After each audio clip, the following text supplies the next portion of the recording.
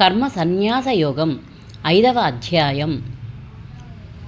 సత్కర్మలను చేసి ఆ కర్మల వల్ల లభించే ఫలాన్ని భగవదర్పణ చేయడం శ్రేష్టమా లేక కర్మ సన్యాస యోగం గొప్పదా అని అర్జునుడు ప్రశ్నించాడు.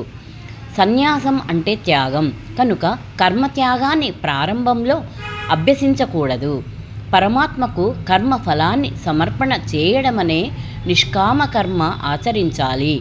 తద్వారా చిత్తశుద్ధి లభించిన తరువాత లౌకికమైన అంటే స్వార్థ చింతన వంటివి తమంత తాము తొలగిన తరువాత ఏర్పడే ఉత్తమ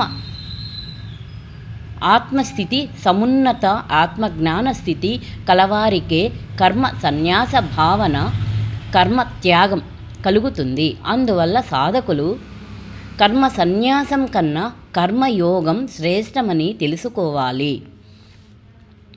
ఉత్తములు లోకంలో మంచి చెడులను తెలుసుకొని ఉత్తమ కర్మలు చేసి ఆత్మతత్వజ్ఞానంతో కర్మఫలాన్ని పరమాత్మకు సమర్పించి స్వార్థ చింతన పూర్తిగా వదిలిపెట్టాలి. ఆ బాటలో ఆత్మజ్ఞానాన్ని ఎవరు పొందుతున్నారో వారు గొప్పవారు. కనుక పరిపక్వ దశలో జ్ఞానం, యోగం, కర్మయోగం రెండూ ఒకే రూపమైన గొప్పదనాన్ని కలిగి ఉంటాయి. కనుక ఈ రెండింటినీ సమానంగా చూడగలవాడే ఘనుడు.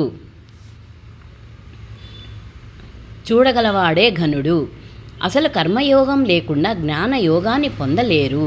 కనుక కర్మయోగి తొందరగా పరమాత్మకు చేరువ అవుతాడు.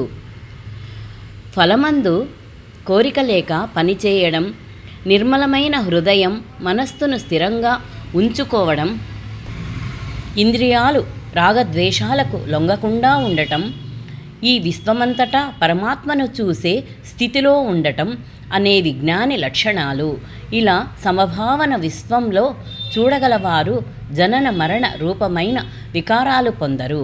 కర్మఫలాన్ని పరమాత్మకు సమర్పించాలి.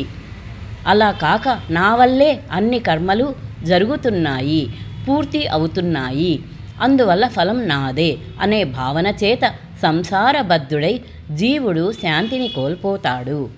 ఇంద్రియ భోగాలు తాత్కాలికంగా ఉండేవి, పైగా దుఃఖాన్ని మిగులుస్తాయి. కనుక వాటి పట్ల ఆసక్తిని పూర్తిగా తొలగించుకోవాలి. కామ క్రోధాదులను వదిలిన వారు, మనోనిగ్రహం కలవారు, ఆత్మను గురించి తెలుసుకున్నవారు బ్రహ్మానందాన్ని పొందుతారు. తామరాకుపై నీటి బొట్టుల పాపాలు అంటకుండా బ్రతుకగలుగుతారు. అధికారం కోసం వెంపర్లాడటం, డబ్బు సంపాదన, ఆస్తుల్ని అపరిమితంగా కూడబెట్టుకోవడం అనే నిరంతర సుఖచింతన పట్ల వ్యామోహం సన్నగిల్లాలి.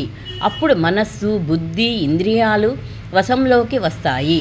ఇటువంటి సక్రమ జీవనం వల్ల కోరికలు, భయాలు, కోపం దూరమైతే మానవుడు ఈ లోకంలో ఆనందమయంగా ఉంటాడు.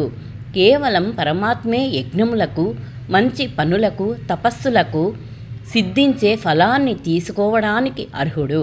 అన్ని లోకాలకు అధిపతి, అన్ని ప్రాణికోట్లకు ఆత్మీయుడు. పరమాత్మ అపార దయ కలవాడు, పరిమితి లేని ప్రేమకు ఒక స్వరూపం. ఇది తెలిసిన మానవుడే శాంతిని పొందుతాడు.